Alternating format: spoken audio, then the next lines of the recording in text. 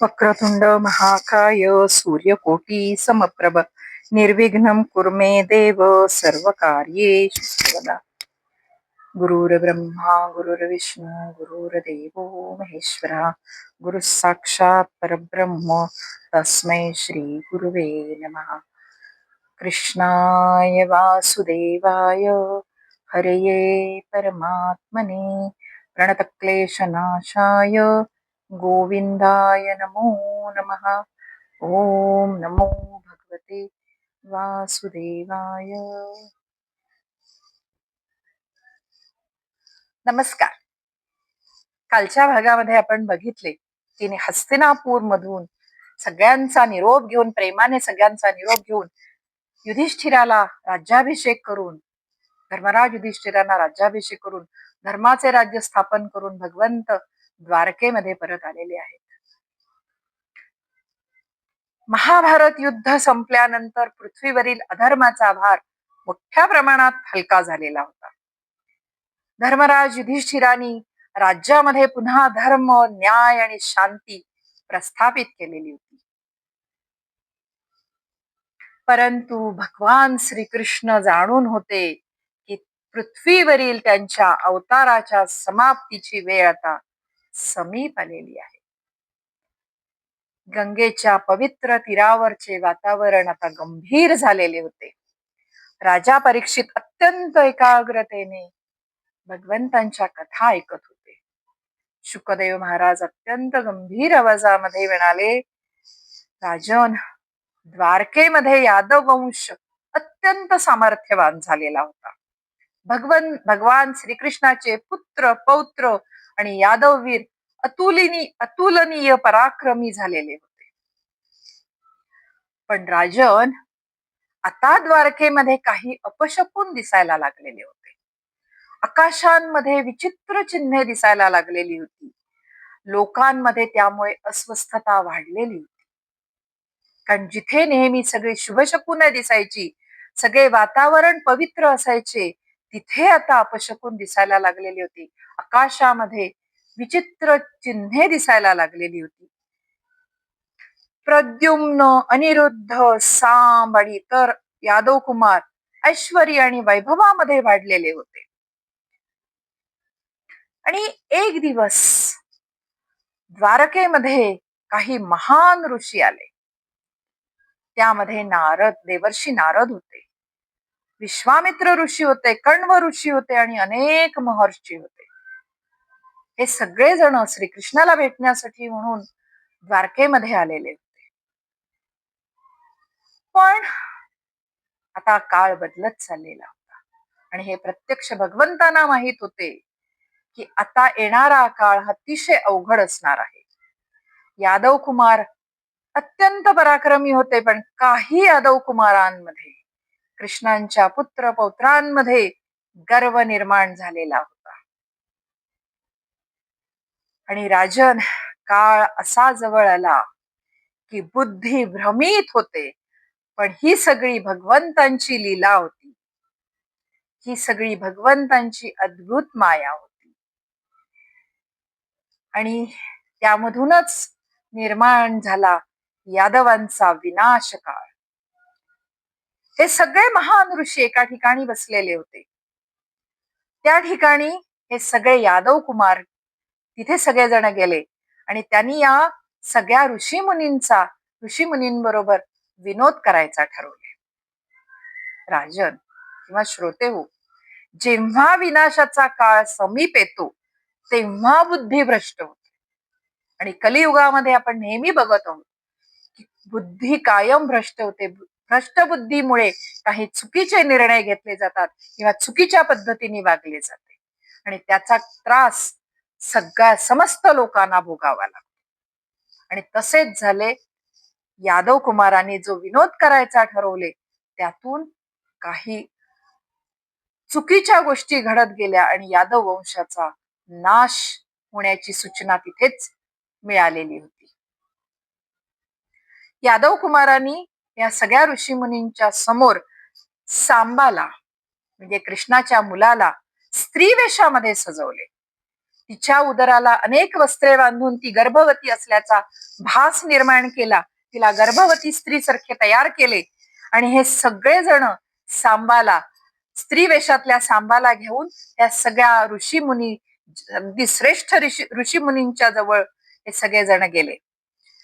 आणि तिथे जाऊन ते सगळे हसत हसत म्हणाले की हे महर्षीनो, ही स्त्री गर्भवती आहे आणि या गर्भवती स्त्रीला पुत्र होईल की कन्या हे आपण सांगावे. आपण त्रिकाल ज्ञानी आहात, आपल्याला माहित असेल की या स्त्रीच्या गर्भामध्ये पुत्र आहे की पुत्री आहे. सगळे श्रेष्ठ ऋषी मुनी होते. सगळ्या श्रेष्ठ ऋषी मुनींना समजले की ही आपली केलेली थट्टा आहे. ते अत्यंत गंभीर झाले, क्रोधित झाले. आणि त्या क्रोधातून आणि त्या संतापातून ते म्हणाले की अरे मूर्खानो, याच्या उदरातून तुम्ही चेष्टा करत आहात, आमची सगळ्यांची तुम्ही चेष्टा करत आहात. आता याच्या उदरातून लोखंडी मुसळ उत्पन्न होईल आणि त्याच मुसळाने तुम्हा सगळ्या यदुवंशांचा विनाश होईल. आणि त्या क्षणी ज्या वेळेला या सगळ्या ऋषीमुनींच्या तोंडातून ही शापवाणी उच्चारली गेली, ती शापवाणी ऐकताच मात्र सगळे यादव गंभीर झाले आणि घाबरले. म्हणून आपण म्हणतो ना, भ्रष्ट बुद्धीने केल्या गेलेली चेष्टा मस्करी देखील विनाशाला कारणीभूत होते. त्यामुळे चेष्टा मस्करी करण्याची एक मर्यादा असली पाहिजे. ती मर्यादा ओलांडल्यानंतर विनाशाकडे आपण जाऊ शकतो.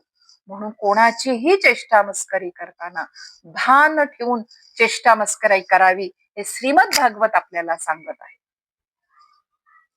आणि हे ज्या वेळेला हा शाप, ज्या वेळेला त्या शापाचे परिणाम आपल्याला भोगावे लागणार आहेत, हे ज्या वेळेला ह्या यादव पुत्रांना समजले आणि त्यानंतर त्यांनी थोड्या वेळाने ते वस्त्र उघडून बघितले, सांबाच्या पोटावर असलेले वस्त्र बाजूला करून त्यांनी बघितले, त्यावेळेला खरेच तिथे एक लोखंडी मुसळ प्रगट झालेले होते. म्हणजे आधी तिथे त्यांनी फक्त ती वस्त्रे बांधलेली होती गर्भवती स्त्री सारखा भास निर्माण करण्यासाठी, आणि त्यावेळेला ती वस्त्रे ज्यावेळेला बाजूला केली त्यावेळेला तिथे लोखंडी मुसळ त्यांना प्रगट झालेले दिसले. आणि हे बघून संपूर्ण द्वारका चिंतेमध्ये पडली, संपूर्ण द्वारकावासी घाबरले. राजा उग्रसेन, श्रीकृष्णाचे आजोबा राजा उग्रसेन यांनी आज्ञा केली आणि त्या मुसळाचे बारीक चूर्ण केले. त्या मुसळाचे बारीक चूर्ण करून त्या चूर्णाला समुद्रामध्ये फेकून देण्यात आले. परंतु राजन, भगवंतांची इच्छा असेल तर नियतीला कोणीही थांबवू शकत नाही. भगवंतांची इच्छा होती आणि त्यामुळे नियतीला कोणीही थांबवू शकले नाही. त्या मुसळाची बारीक पूड समुद्रामध्ये फेकली असली तरी नंतर लाटांबरोबर ती सगळी पूड समुद्र किनाऱ्याला वाहून आली आणि तेथूनच त्या वाहून आलेली जी बारीक चूर्ण होते तेथून एरक नावाचे गवत उगवले गेले. त्या चूर्णापासून एरक नावाचे गवत उगवले गेले. ज्या वेळेला चूर्ण केलेले होते, त्या मुसळाचे चूर्ण केले होते, त्यावेळेला पूर्ण चूर्ण बनलेले नव्हते. एक बारीक तुकडा राहिलेला होता. तो तुकडा त्या चूर्णाबरोबर समुद्रामध्ये फेकला गेलेला होता. बाकी सगळे बारीक पूड जी चूर्ण जे होते ते वाहून आले, पण तो एक तुकडा जो राहिलेला होता, तो लोखंडाचा जो तुकडा राहिलेला होता, मुसळाचा तो तुकडा राहिलेला होता, तो तुकडा मात्र एका माशाने गिळलेला होता. नियती आणि विधी लिखित जे असते ते कसे असते हे आपल्याला ह्या श्रीमद भागवत आणि ह्या कथेमध्ये कळेल. ही कथा खूप शांतपणे ऐका, अतिशय महत्वाचा हा भाग आहे. तो तुकडा एका माशाने गिळला आणि तो मासा एका शिकाऱ्याच्या हाताला लागला. त्या शिकाऱ्याने तो मासा ज्या वेळेला कापला त्यावेळेला त्याला तो लोखंडाचा तुकडा त्याच्या पोटामध्ये दिसला. त्याने तो लोखंडाचा तुकडा तो काढला आणि त्या लोखंडाचा तुकडा त्याने आपल्या बाणाला टोक म्हणून लावला. म्हणजे सगळे चूर्ण म्हणजे तो मुसळ पूर्णपणे नाहीसे करण्याचे उग्रसेन राजांनी ठरवलेले होते. पण नियतीच्या मनामध्ये ते नाहीसे होणार, नियतीने ठरवून टाकलेले होते की हे नाहीसे करायचे नाही. चूर्ण एरक रूपाच्या गवताच्या रूपामध्ये उगवले समुद्र किनाऱ्यावर, आणि एक तुकडा राहिला, तो माशाने गिळला आणि तो शिकाऱ्याने आपल्या बाणाच्या टोकाला. सगळी लीला भगवंतांची ठरलेली होती, तिला फक्त प्रत्येक व्यक्ती त्याच्यासाठी कारणीभूत ठरत होता. मासा आणि शिकारी हे देखील भगवंतांच्या लीलेमधले काही प्यादे होते. राजन, काळ हळूहळू आपले कार्य पूर्ण करत होता. भगवंतांना, भगवान श्रीकृष्णांना सगळे माहित होते, सगळे ज्ञात होते त्यांना, कारण हे सगळे त्यांच्याच इच्छेने घडत होते. भगवंतांनी यानंतर आता पुढे काय होणार आहे हे प्रत्यक्ष भगवंतांना माहित होते, कारण ही त्यांचीच लीला होती. आणि त्यामुळे हे सगळे झाले. मुसळाचे चूर्ण बनले, मुसळाचे चूर्ण समुद्रामध्ये टाकले गेले, हे सगळे भगवंतांना माहित होते. आणि त्यानंतर भगवंतांनी आपल्या परमभक्त उद्धवाला जवळ बोलवले. उद्धव भगवंतांच्या चरणाजवळ आले, त्यांच्या डोळ्यामध्ये अश्रू होते, आणि उद्धवांना देखील जाणवत होते की भगवंत आता पृथ्वीवरील आपली लीला संपवणार आहे. उद्धव अत्यंत दुःखी आवाजामध्ये म्हणाले, हे प्रभो, तुमच्याशिवाय आम्ही कसे राहायचे, आम्ही कसे जगायचे? तुमच्या चरणाशिवाय मला दुसरे काहीही प्रिय नाहीये. राजन, उद्धवाचे भगवंतावरचे प्रेम अत्यंत निर्मळ होते. तेव्हा भगवान श्रीकृष्ण प्रेमाने हसले आणि उद्धवाला म्हणाले, हे उद्धवा, हे जग नश्वर आहे. शरीर, संपत्ती, नाती, सुख दुःख हे सगळे क्षणभंगूर आहे.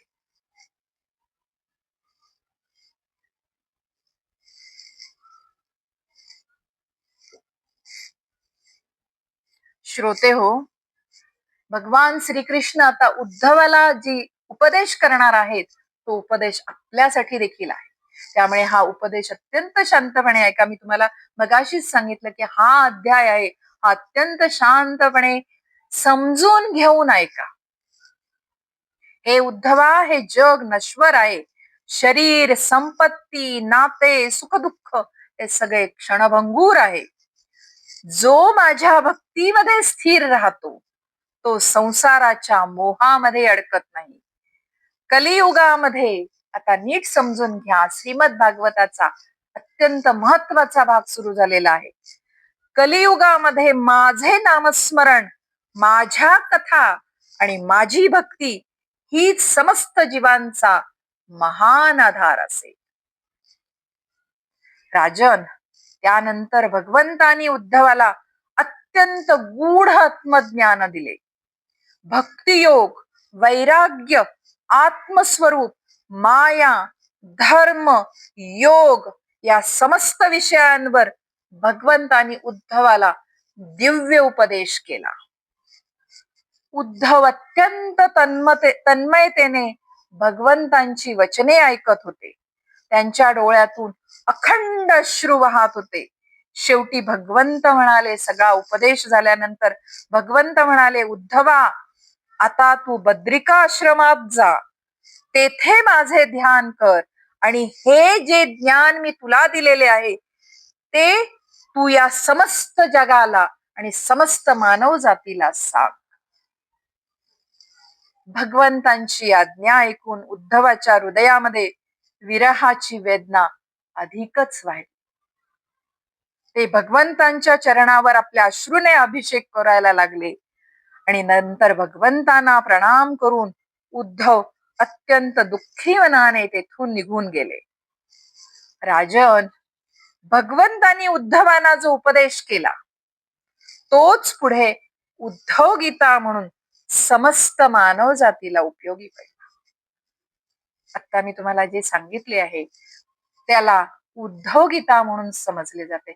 उद्धव गीता म्हणून देखील गीता आपल्याला वाचायला आणि ऐकायला मिळते. त्यामध्ये हा भगवंतांनी शेवटी जो उपदेश केलेला आहे, त्यांची अवतार समाप्ती होण्याच्या वेळेला जो उपदेश केलेला आहे तो उपदेश उद्धवानी आपल्यासाठी म्हणून लिहून ठेवलेला आहे.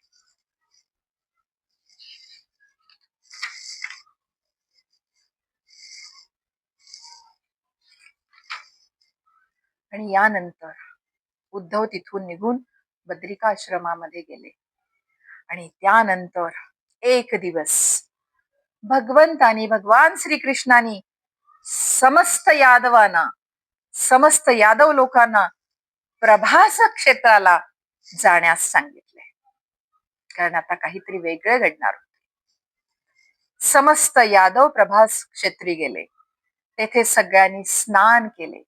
मी खूप शांतपणे हा भाग सांगते आपल्याला, खूप हळू आवाजामध्ये सांगते, कारण आपल्याला यामधला अर्थ कळला पाहिजे. तेथे सगळ्यांनी स्नान केले, दान केले, यज्ञ केले आणि ब्राह्मणांची पूजा केली. परंतु नंतर काही काळ गेल्यानंतर काळाच्या प्रभावाने त्यांच्या बुद्धीवर मोह पडलेला होता, त्यांचा विवेक नष्ट झालेला होता. त्यांनी मद्यपान सुरू केले. समस्त यादवांनी मद्यपान सुरू केले आणि मद्यपानामुळे त्यांचा विवेक पूर्णपणे नष्ट झाला. अगदी छोट्याशा गोष्टीवरून यादवांमध्ये वाद सुरू झाले. हळूहळू त्या वादाचे रूपांतर क्रोधामध्ये झाले. आणि हे राजन, जे यादव पूर्वी एकमेकासाठी प्राण द्यायला तयार होते, तेच समस्त यादव संतापाने एकमेकाच्या वर धावून जाऊन एकमेकाचा जीव घ्यायला सुरुवात केली.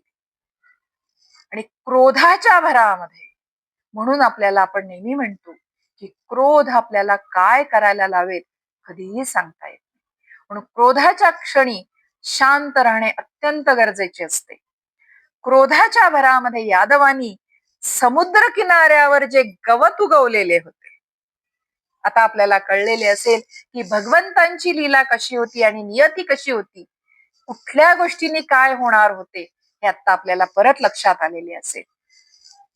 क्रोधाच्या भरात समुद्र किनाऱ्यावर जे एरक गवत वाढलेले होते, ते एरक गवत समस्त यादवांनी उपटले.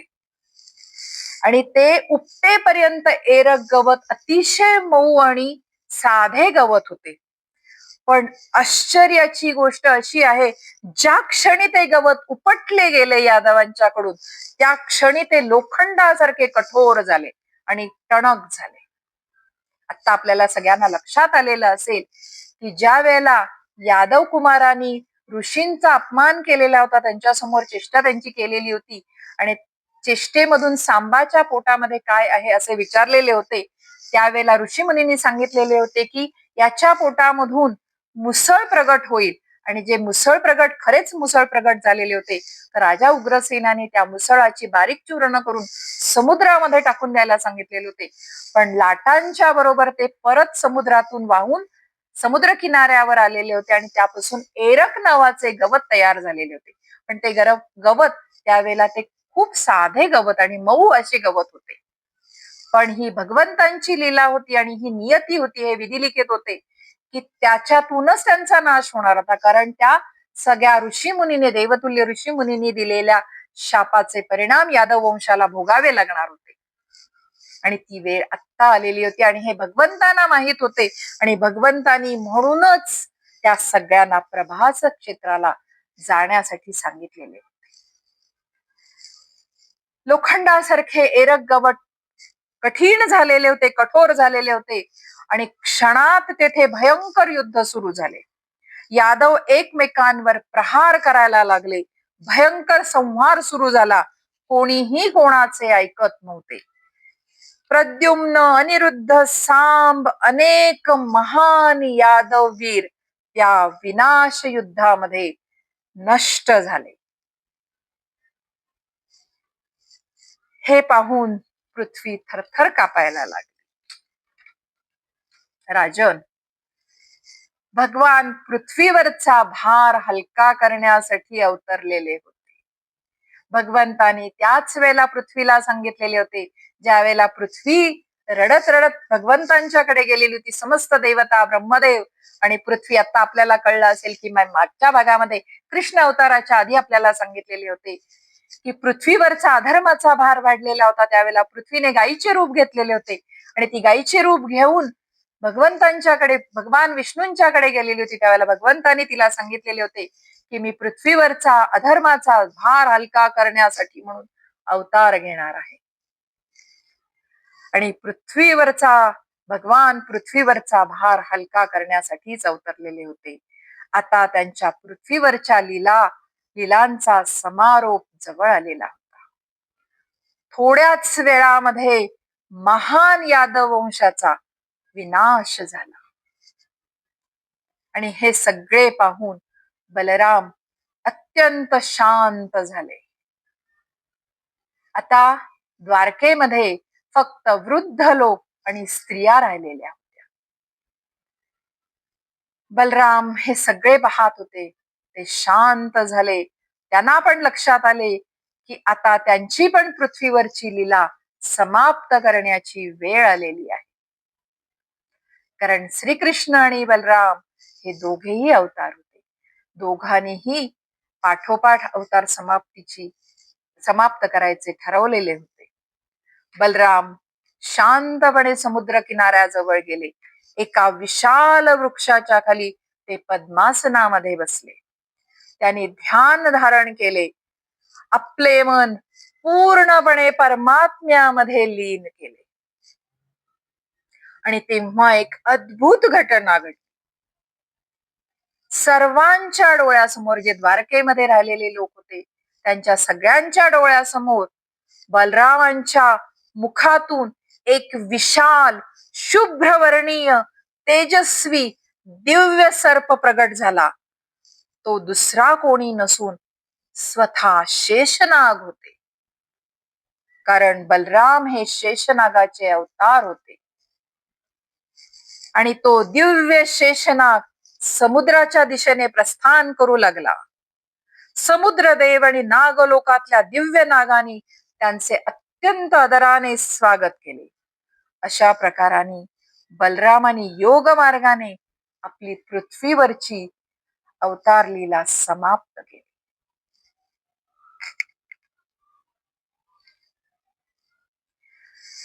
बलरामांच्या प्रस्थानानंतर भगवान श्रीकृष्ण एकटेच वनामध्ये गेले. प्रभास क्षेत्राजवळील एका पिंपळाच्या वृक्षाखाली ते शांतपणे बसले. त्यांच्या मुखावर अद्भुत शांतता होती. त्यांनी आपला उजवा चरण डाव्या मांडीवर ठेवलेला होता. आपण डोळ्यासमोर फक्त ते दृश्य आणूया. त्यावेळी भगवंतानी मनामध्ये आता अजून काही क्षण राहिलेले आहेत. भगवंतांची अवतार लीला समाप्त होणार आहे. त्या अवतार समाप्तीच्या आधी भगवंतांना काही कार्य करायचे आहेत. त्यासाठी म्हणून भगवंत पिंपळाच्या वृक्षाखाली शांतपणे बसले. त्यांच्या मुखावर अद्भुत शांतता होती.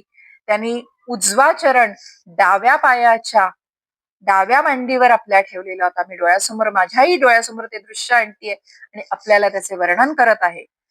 त्यावेळी भगवंतानी मनामध्ये अर्जुनाचे स्मरण केले आणि भगवंतांच्या इच्छेने अर्जुनाच्या मनात अंतःकरणामध्ये अस्वस्थता निर्माण झाली. अर्जुनाला अस्वस्थता जाणवायला लागली आणि काहीतरी विपरीत घडलेले आहे हे अर्जुनाला जाणवले. आणि अर्जुन तत्परतेने हस्तिनापूर मधून निघून द्वारकेला आले. हस्तिनापूर मधून निघाले द्वारकेकडे येण्यासाठी. इकडे भगवंतानी स्मरण केलेले होते अर्जुनाचे. त्यांचा उजवा चरण डाव्या गुडघ्यावर ठेवलेला होता, डाव्या मांडीवर ठेवलेला होता. त्यांच्या चरण कमलातून दिव्य तेज प्रगट होत होते. त्यावेळी जरा नावाचा एक पारधी, एक शिकारी तिथे आला. त्याच्या बाणाच्या टोकाला तोच लोखंडी मुसळाचा छोटा तुकडा लावलेला होता. यादव वंश पूर्ण नाहीसे करायचे होते. आता यादव वंशामधले श्रीकृष्ण राहिलेले होते आणि त्या लोखंडी मुसळामुळेच यादव वंश नाहीसे होणार होते.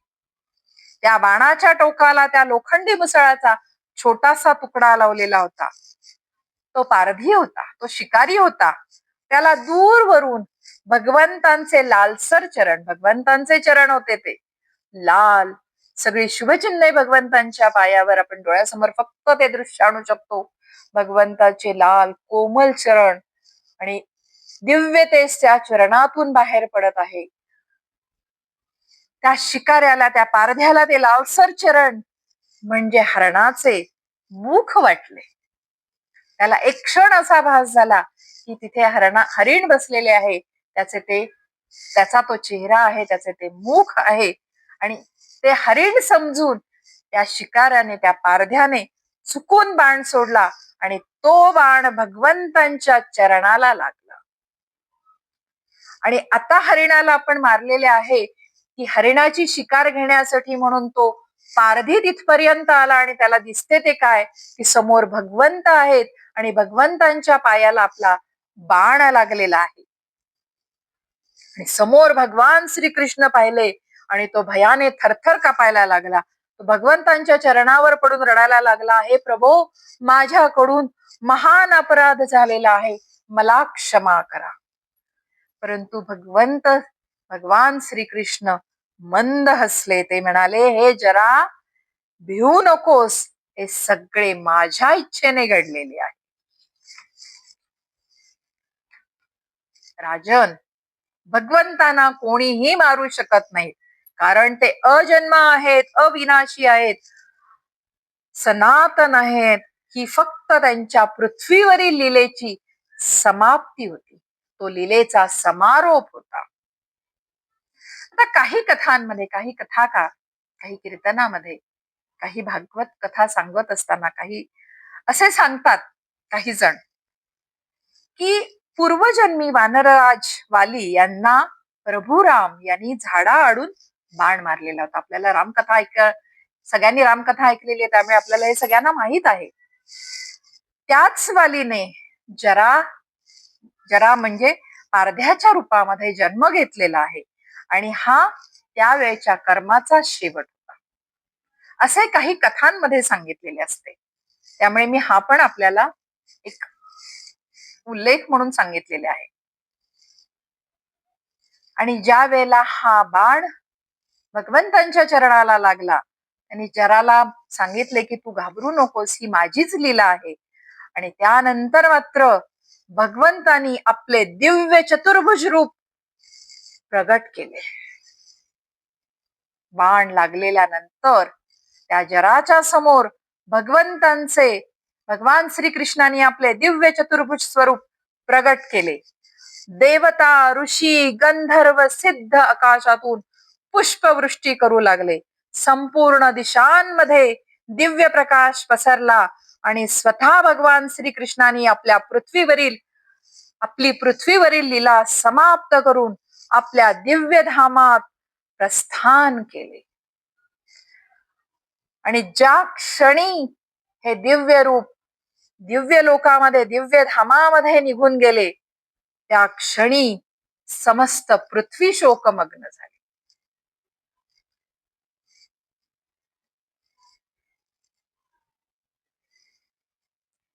कारण धर्म, करुणा आणि दिव्यतेचा आधार पृथ्वीवरून दृष्टीआड झालेला होता. राजन, भगवान श्रीकृष्णाचा मृत्यू सामान्य मनुष्याप्रमाणे झालेला नाही. श्रोते हो, लक्षात ठेवा. बऱ्याच वेळेला काही कथांमधून असे थोडेसे वेगवेगळ्या, प्रत्येक कथाकार वेगवेगळे सांगतात, पण भगवान श्रीमद भागवतामध्ये असे वर्णन केलेले आहे की भगवान श्रीकृष्णाचा मृत्यू सामान्य मनुष्याप्रमाणे झालेला नाही. तो त्यांच्या इच्छेने केलेला अवतार समाप्तीचा दिव्य मार्ग होता. भगवान जन्म आणि मृत्यूच्या बंधनात कधीच नसतात.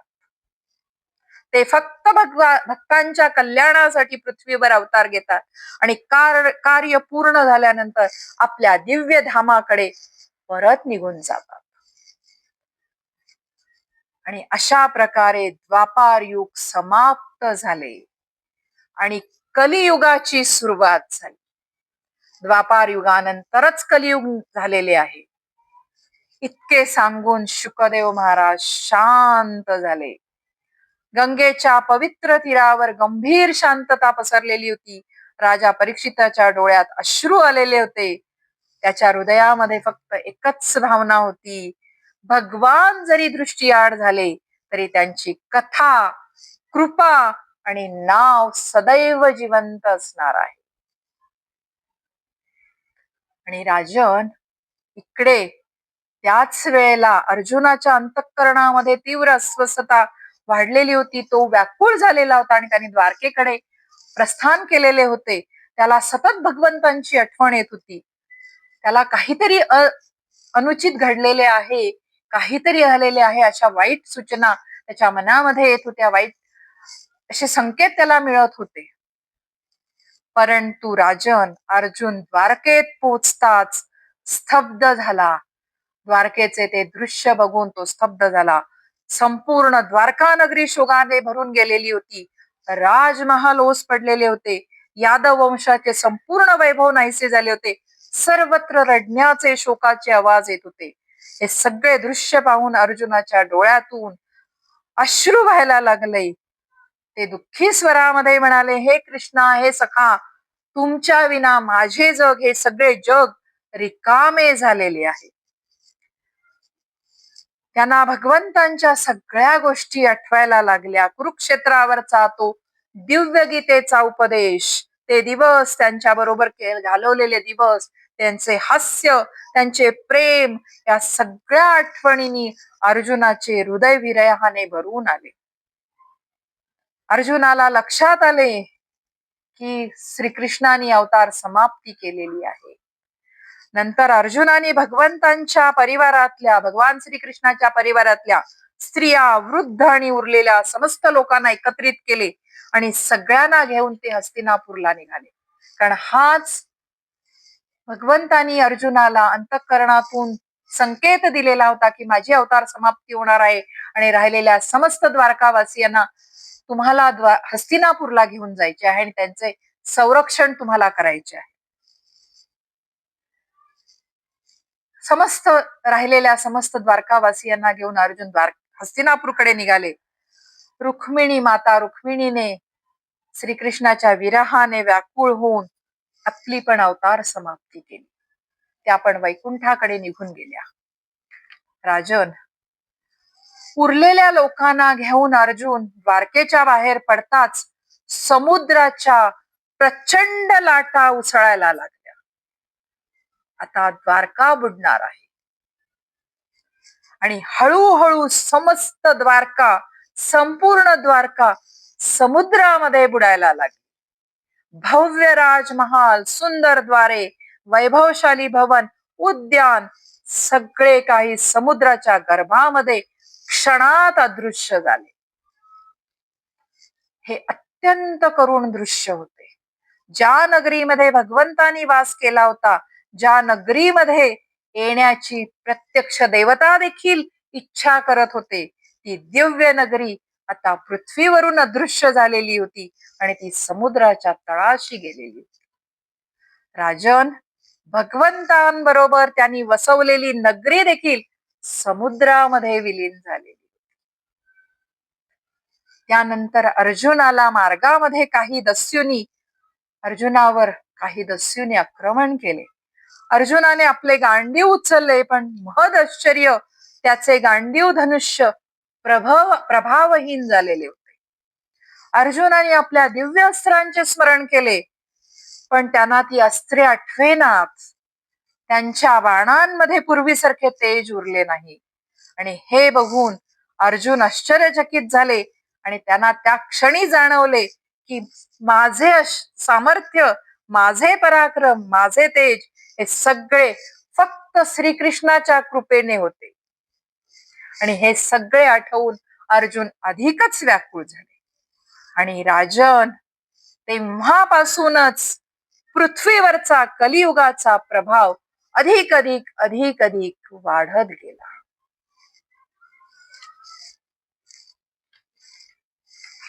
श्रोते हो, शुकदेव महाराजांनी आपल्याला सांगितलेले आहे श्रीमद भागवतातून की जसेही श्रीकृष्णाने भगवान श्रीकृष्णाने त्यांची अवतार समाप्ती केली, द्वापार युग संपले आणि कलियुग सुरू झालेले आहे. आणि कलियुगामध्ये काय काय होऊ शकते, काय काय घडते आहे हे आता आपण तर सध्या बघतच आहोत. पण त्याच वेळेला भगवंतांना माहित होते की कलियुगामध्ये काय घडणार आहे. आणि कलियुगामध्ये या सगळ्या गोष्टीतून आपल्याला जर मुक्तता पाहिजे असेल तर भगवंतांचे नाम, भगवंतांच्या कथा ऐकणे, भगवंतांचे नामस्मरण करत राहणे हा एकमेव उपाय असणार आहे कलियुगामध्ये. आता आपण आज इथे हा भाग आपण इथेच संपवत आहोत. उद्याच्या भागामध्ये आपण परीक्षित राजांचे 7 दिवस संपणार आहे, श्रीमत कथा संपणार आहे, परीक्षित राजांचा मृत्यू जवळ येत आहे, तो भाग आपण उद्या बघणार आहोत. तोपर्यंत आपल्याला भगवंतांचे नामस्मरण करायचे आहे. आणि त्यानंतर मात्र मला अनुमती द्या, उद्या आपण अत्यंत महत्वाचा भाग बघणार आहोत. उद्या आणि त्यानंतरच्या भागामध्ये आपण कलियुगाचे सगळं, कलियुग काय असणार आहे, कलियुगामध्ये काय काय गोष्टी घडणार आहेत आणि कलियुगामधल्या प्रत्येक संकटामधून आपल्याला तारून जायचे असेल तर काय करायचे आहे हे सगळे आपल्याला पुढच्या 2 भागांमध्ये मी माझ्या परीने सांगण्याचा प्रयत्न करणार आहे. श्रीमद भागवतामध्ये जे सांगितलेले आहे ते तर मी आपल्याला आधी सांगणार आहे आणि त्यानंतर काही गोष्टी मी माझ्या परीने आपल्याला निरूपणाच्या माध्यमातून सांगणार आहे. कृष्णाय वासुदेवाय हरये परमात्मने प्रणतक्लेशनाशाय गोविंदाय नमो नमः. ओम नमो भगवते वासुदेवाय. श्रीकृष्णार्पणमस्तु.